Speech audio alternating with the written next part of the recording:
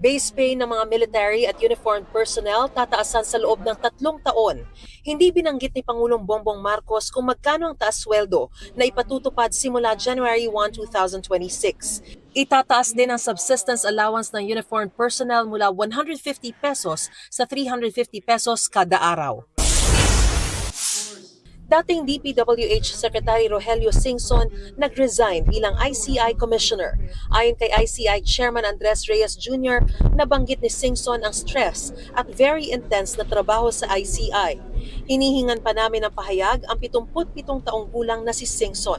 Sa gitna nito, hindi naman daw maapektuhan ang trabaho ng ICI. Eroplano ng Philippine Coast Guard na nagpapatrolya sa Bajo de Masinloc ni Radio Challenge ng China. Ayon sa PCG, unang pagkakataon na ni Radio Challenge ng China ang eroplano ng Pilipinas 50 nautical miles pa lang mula Zambales. Napansin naman ng PCG na hindi na rumiresponde ang China kapag pinaalis nila ang China mula Zambales. Mariz Umali nagbabalita para sa GMA Integrated News.